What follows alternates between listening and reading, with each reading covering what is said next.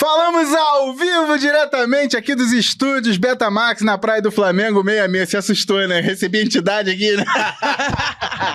Eu que vos falo sou o Guigo Carvalho, um dos líderes da comunidade Cariocas Startups, comunidade de empreendedores aqui da cidade do Rio de Janeiro. Ao lado, o meu Big Brother, Davi, ou David ou Davi, comigo aqui para abrir esse quarto episódio da 9ª temporada do Cariocast, né? Eu que vim aí, né, tava sumido, né, mas aí não teve jeito, né? Me chamaram aqui para entrevistar essas celebridades que vieram na 4ª temporada, e aí, ao meu lado aqui, o parceiro que vai conduzir junto esse episódio comigo aqui. Fala aí, Davi, se apresenta. Fala, pessoal, tudo bom? David Davi, mais um dos líderes da Cariocas aqui. Já fala devagar, cara, calma, respira.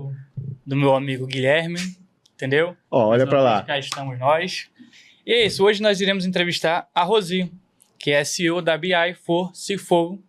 Deixa eu falar de BI... Não, BI, eu tinha errado. BI for CFO, né? Ao inglês em dia. Ó, o prato caro esse, hein, galera? E ó, vamos lá, Rosi, Conecta Global, é isso? Como é que é? Me explica a conversa, apresente-se para nossa audiência. Aquela ali é a sua câmera e o palco é todo seu. Bom, deixa eu me apresentar para vocês também, que a gente nem se conhece muito, já encontramos aí em alguns eventos do Cariocas, mas não paramos para conversar ainda, né? Isso. Bom, eu sou Rosi Álvares, eu sou a CEO da BI4CFO. Vamos por partes. BI, Business Intelligence, inteligência de negócios para líderes financeiros, né? Então, é uma terceirização de serviços financeiros. E Conecta Global é uma vertical, é um segmento da BI4CFO, devido a uma demanda que a gente teve de empresas que estão buscando se internacionalizar, buscando crescimento fora do Brasil, e também algumas empresas estrangeiras, empresas europeias, principalmente, que estão querendo vir para a América Latina, né? Eu tenho aí uma conexão Europa, porque eu já morei lá, já trabalhei lá, né, há alguns anos atrás, especificamente na Espanha. Então, eu estou fazendo essa ponte aí entre empresas brasileiras que querem se internacionalizar, focando na Europa e América Latina, e empresas europeias, startups ou scale-ups que estão querendo vir para o Brasil também, né, vendo muitas oportunidades que tem o nosso mercado, né?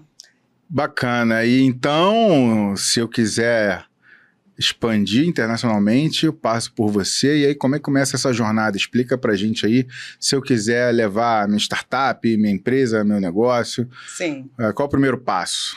Bom, primeiro a gente tem que entender qual é o nível de maturidade da tua empresa, do teu negócio, né? Fazer algumas perguntas básicas. Primeiro, qual é teu sonho, né? Eu acho que quando a gente fala de internacionalizar, eu acho que tem um aspecto aí também de sonho, um aspecto pessoal, para onde você quer ir, aonde você se vê, para onde você quer viajar, porque internacionalizar envolve isso também, né? Você está fora aqui do teu país, da tua zona de conforto, né?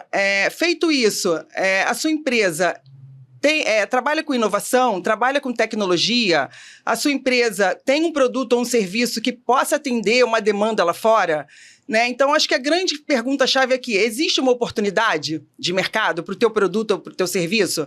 Não importa o tamanho da tua empresa, pode ser uma empresa pequenininha, um produtor aí de bolsa, uma pessoa que trabalha com artesanato, com bolsa, e, por exemplo, tem uma oportunidade de colocar seu produto no marketplace, né, e vender, por exemplo, pela Amazon nos Estados Unidos, né? Então, para que isso aconteça, ele precisa fazer várias adaptações, tanto às vezes a nível do produto, quanto a nível de embalagem, idioma, marketing, entender se existe essa demanda lá fora, né? Então, quando a gente internacionaliza, a gente também está falando de exportação, que, aliás, é a maneira mais comum que os brasileiros colocam os pés fora do Brasil, através das exportações, né? Segundo até uma pesquisa da Fundação Dom Cabral, 85% das empresas no Brasil começam a internacionalizar através da exportação, né?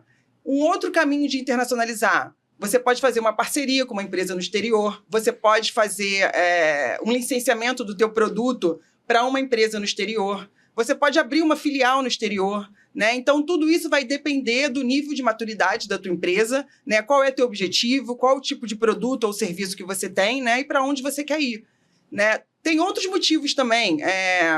Você está buscando, bom, geralmente oportunidade ou você ter uma redução de custo, por exemplo. Então, às vezes, um benefício fiscal que você está buscando, né? Você tem aqui uma carga tributária muito grande no Brasil, então você tem a oportunidade de levar parte do teu negócio, por exemplo, para um... Vou falar um país aqui na Europa, vou falar para a Estônia, né, que hoje é uma nação digital e que tem benefícios fiscais, ou a Irlanda, por exemplo, que tem 12,5% de alíquota de imposto de renda.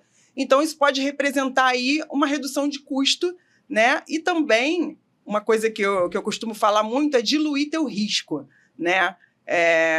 Hoje, quem está trabalhando 100% da sua operação no Brasil está vinculado às crises econômicas e às crises políticas do Brasil, né? E por que não ter parte do seu faturamento vinculado a uma moeda forte, por exemplo? Né? Então, isso dá uma tranquilidade, uma resiliência muito grande para o empresário, né? E falando de dados, ainda sobre esse estudo da Fundação Dom Cabral, quando você abre um negócio no exterior, as empresas que têm receitas vinculadas a moedas fortes, né? Esse dado eu já estou falando de empresas maiores. 43% das receitas geradas por essas empresas passam a vir dessa operação no exterior. Então, olha que bacana, né? Você não fica tão dependente do mercado nacional. Show de bola. Agora que você falou sobre todos esses benefícios, poderia me falar qual é o papel do serviço de BPO financeiro na internacionalização e os principais benefícios, além desses que você já citou? Sim. Vamos falar um pouquinho de BPO financeiro, de área financeira. Eu comecei minha carreira lá atrás ainda na Deloitte. Eu queria falar um pouquinho da minha trajetória, que aí eu chego no porquê do BPO financeiro. Falou de Deloitte, temos um amigo que trabalhou lá, né? O nosso Rafa Taranto. Depois... Rafa Taranto. Um abraço, Rafa. Me bota em contato aí com ele. Tamo junto. Bom, enfim, comecei lá na Deloitte, trabalhando em grandes organizações globais, 100% praticamente dos nossos clientes lá, dos clientes que eu tinha na época, eram empresas estrangeiras. Então, isso já veio aí na minha veia desde o início da minha carreira, né? Um dos meus clientes era uma empresa espanhola de propriedade intelectual, né? E devido a um trabalho que a gente fez lá, muito bom, que eles gostaram, eles me chamaram para assumir a área financeira da empresa. Né? E foi através dessa empresa, inclusive, que eu fui para a Espanha depois, fui ser grupo controller dessa empresa lá em Madrid. O que acontece assim, com um pequeno empresário ou uma empresa que está crescendo, está se estruturando? Ela começa a ter uma crise de crescimento, digamos assim. Né? Ela começa a não dar conta. É uma crise boa, né? Você está crescendo, enfim. Mas você passa a deixar de ter uma estrutura financeira e administrativa, digamos, de repente você tem um funcionário ali que fazia de tudo um pouco, faz um pouco de financeiro, contas a pagar, contas a receber, mas também faz marketing, atende telefone. O cara tem que se virar nos 30, né? Porque você sabe como é que é a vida do empreendedor, pequeno empresário, pequeno empreendedor, ele não pode ficar contratando um monte de gente, porque não dá. Mas se o negócio começa a crescer, começa a embolar a vida dele, a vida da empresa, né? E você sabe que um dos grandes fatores para uma empresa morrer aí nos primeiros 5 anos e às vezes até o segundo ano é fator financeiro, né? É má gestão de fluxo de caixa, é má gestão do contas a receber, as coisas começam... Desconhecimento até do empreendedor que começa a misturar o as CPF finanças pessoais com as finanças da empresa, né? Então, chega um momento que ele precisa começar realmente a pensar na área financeira mais estrategicamente, né? Começa a ter uma demanda de ter pessoas ali que sabem o que está fazendo dentro dessa área, né? E aí entra o BPO financeiro, né? Que é uma terceirização de todos os serviços ligados à área financeira, né? BPO é Business Process Operations, né? Também aí para quem está estudando inglês. Prato caro esse, hein, galera? Você sabe que a galera aqui do Brasil, do financeiro, adora ficar falando jargão em inglês, né? Enfim, nem sei todos também os jargões. Uns eu falo aí, nem sei porquê, mas enfim. Então, terceirizar esses processos financeiros, geralmente um pequeno empreendedor ele tem um contador, né? O máximo que ele tem ali, que é o cara que vai calcular os impostos dele, que no máximo vai entregar ali para ele um relatório de uma DRE. Às vezes nem isso, né? Eu mesma, como empreendedora, lá atrás, eu já trabalhei com contadores que faziam o mínimo do mínimo mesmo, de só calcular um imposto e pouco mais, entregar a declaração do imposto de renda e acabou, né? Então, chega uma hora que não é o suficiente. Não é o suficiente, que o empresário começa a ficar totalmente perdido, né?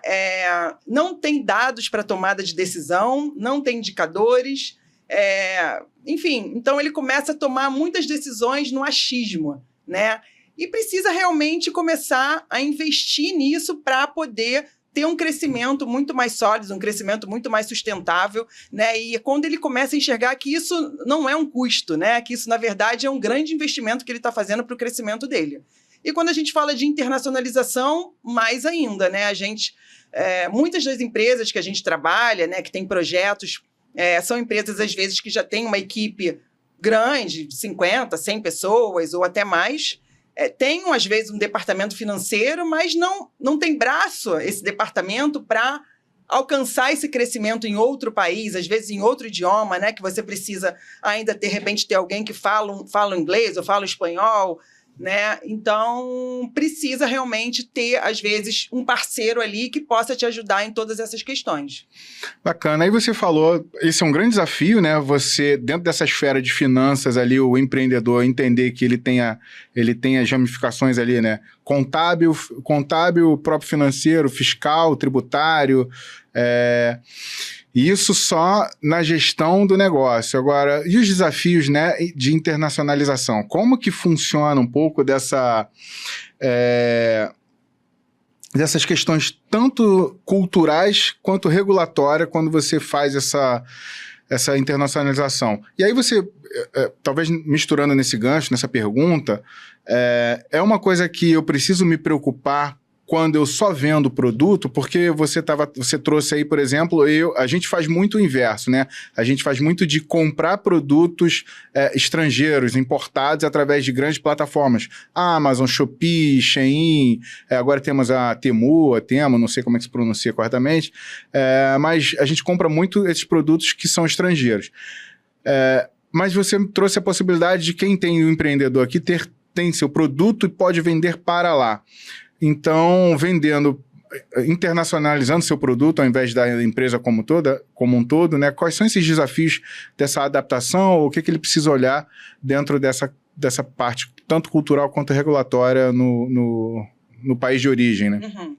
De origem não, país de destino, né? Eu vou trazer aqui um caso meu, né, lá de trás, de 15, 20 anos atrás, quando eu ainda morava na Espanha, né, e nem tinha marketplace, não tinha nada disso. E eu sempre tive uma veia empreendedora, né? Apesar de trabalhar em empresa grande, eu trabalhava na Sony, eu saí dessa empresa de propriedade intelectual e fui trabalhar na Sony Espanha como controller. Né? Eu trabalhava como controller das operações de Portugal, e aí tinha que reportar para os Estados Unidos, que era Columbia TriStar, que é de cinema, né? E na Sony PlayStation eu reportava para a Inglaterra. Só que eu inventei de trazer do Brasil lingerie e biquíni. Porque eu via que o mercado lá na Europa, eu ia para a praia lá no verão, aqueles biquínis horrorosos, enfim, aquelas estampas, né, feias para quem é uma brasileira, carioca, né, que está acostumada com as praias daqui. Falei, não, gente, não é possível. Eu vou fazer alguma coisa a esse respeito. Aí, numa viagem que eu vinha ao Brasil, fui para Friburgo. Nessa época, ainda as pessoas não tinham essa sacada, assim, que... Né? Porque, como você falou, a gente está tão acostumado a importar, né, que às vezes a gente não se vê nessa posição de poder também exportar, de levar o nosso serviço para fora do Brasil. E hoje, né, com a tecnologia, tem tanta criatividade aqui no Brasil, tem tantas empresas de tecnologia, de inovação, que estão deixando, às vezes, de explorar um nicho de mercado lá fora do Brasil, porque pensa que, não, tá bom, o Brasil tem 200 milhões de habitantes, já tem um mercado gigantesco. Pô, por que eu tenho que me preocupar com isso agora, né? Então, como eu falei no início, é tudo questão de oportunidade. E aí, fui falar com um produtor lá em Friburgo, ele me fez uma coleção, né? Eu levei isso para a Espanha, juntei uns amigos, fizemos um desfile lá com as espanholas. As espanholas são maravilhosas, as espanholas são cara de pau, né?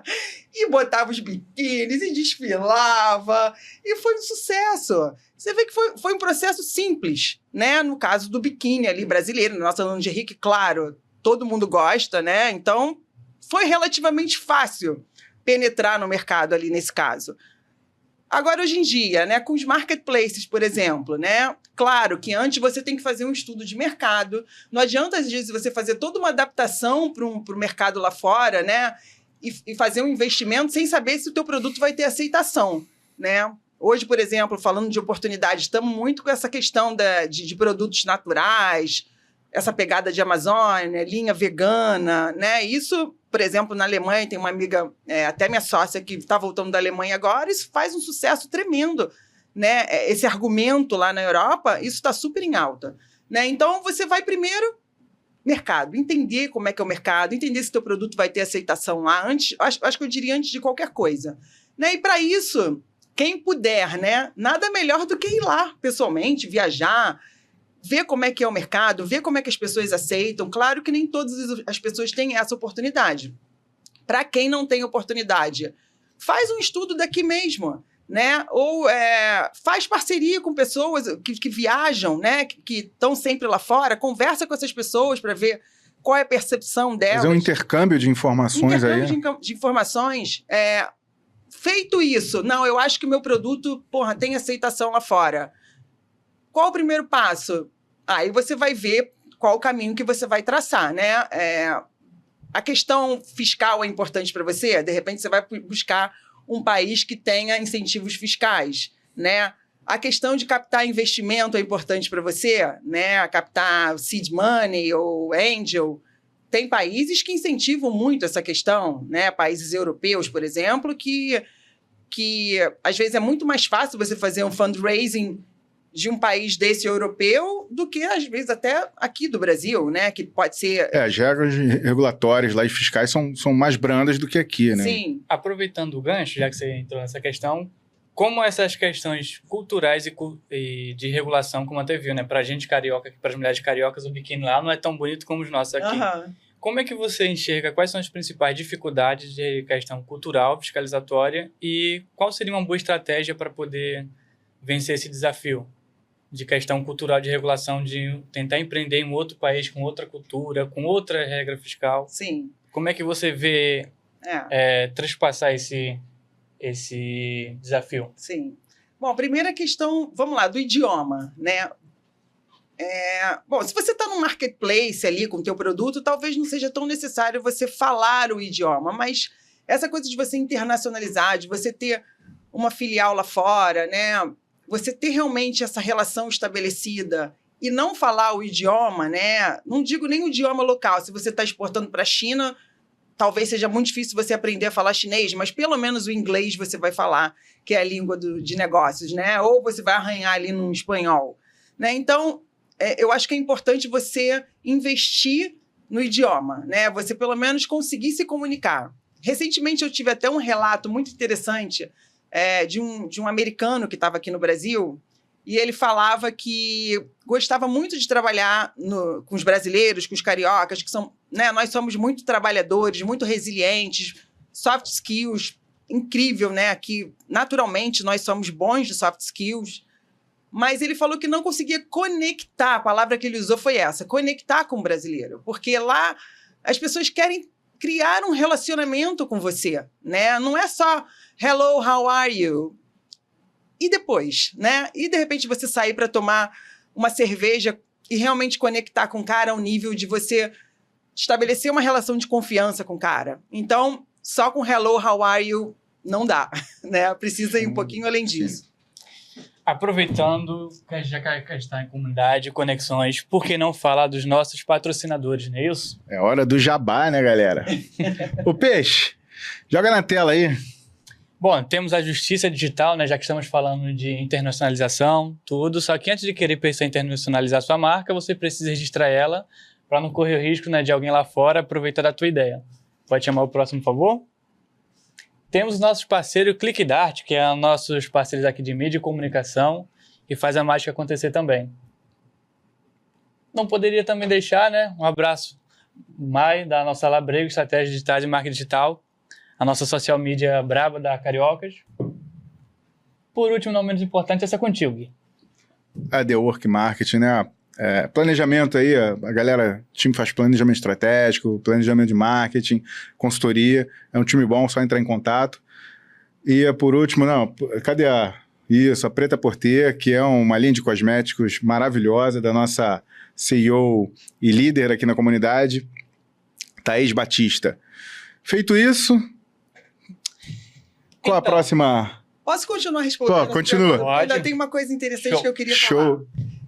Eu vejo muito relato, às vezes, de pessoa falando que foi para a Europa, que tem negócio de preconceito e que foi maltratado e que isso, que aquilo. Gente, eu não tenho essa experiência. Eu fui muito bem recebida, falando de Europa, né?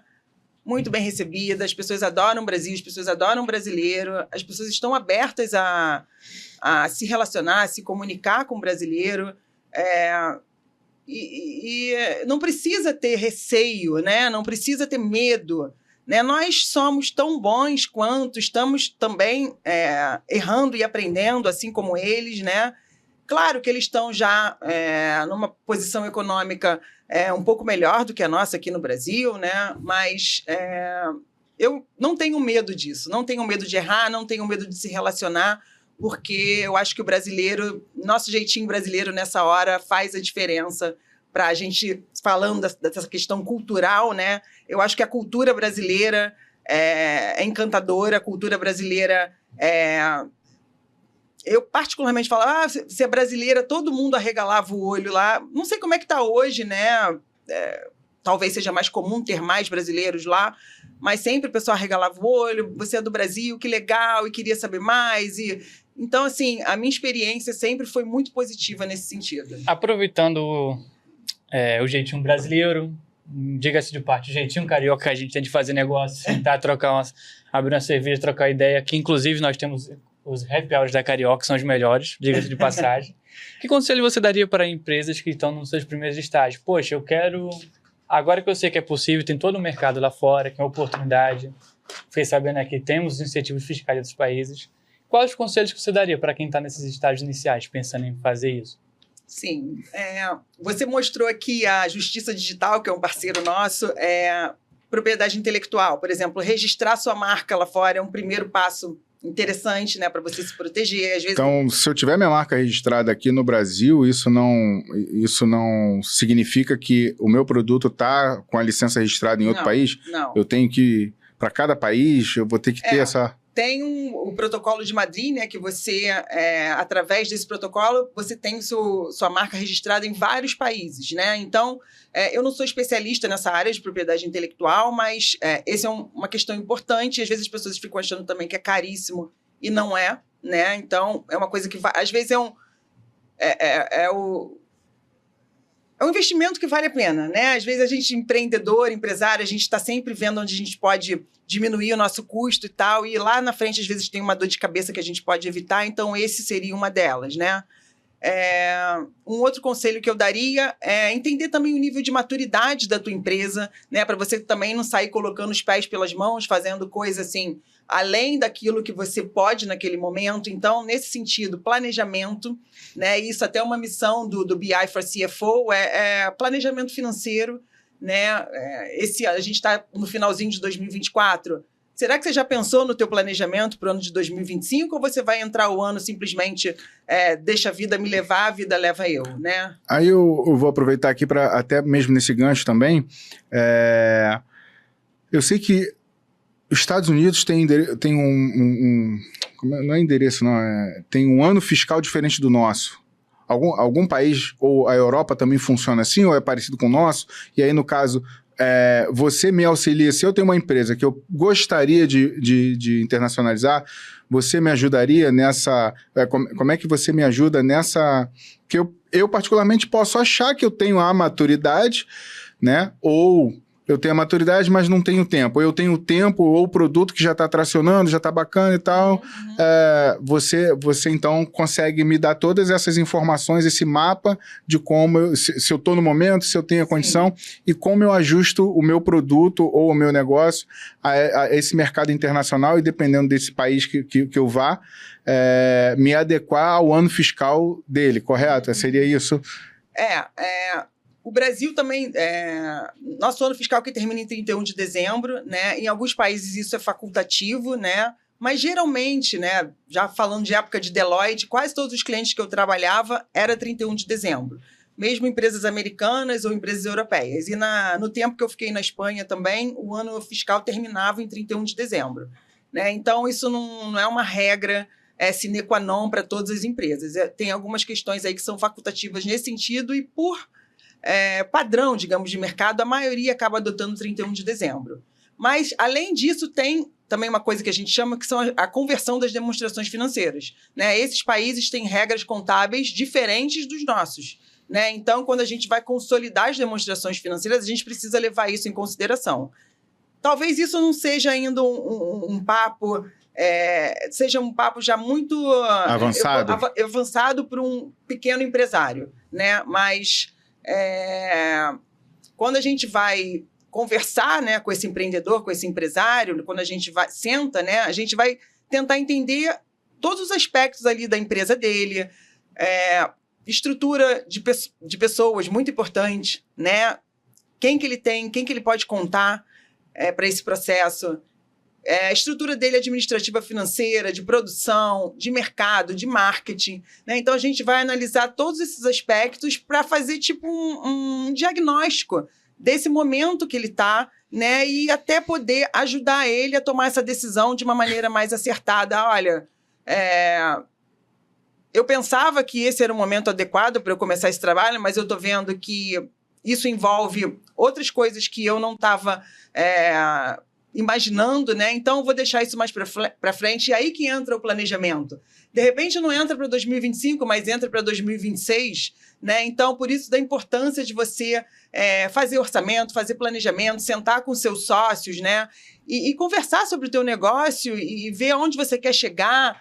Ver toda a viabilidade, né? É aquela velha história de missão, de visão, né? Nessas horas, é tão importante você voltar ali e fazer o teu trabalho de casa para você dar esse passo bem dado. Perfeito, muito bom. Fala aí, Davi, quer finalizar? Então, já estamos encaminhando para o final, foi excelente ter aqui, foi legal. O melhor é que a gente tem consultoria de graça enquanto entrevista. Gostaria de fazer a última pergunta, mas não menos importante. A gente, como carioca, somos uma comunidade que nossa missão é fomentar o empreendedorismo.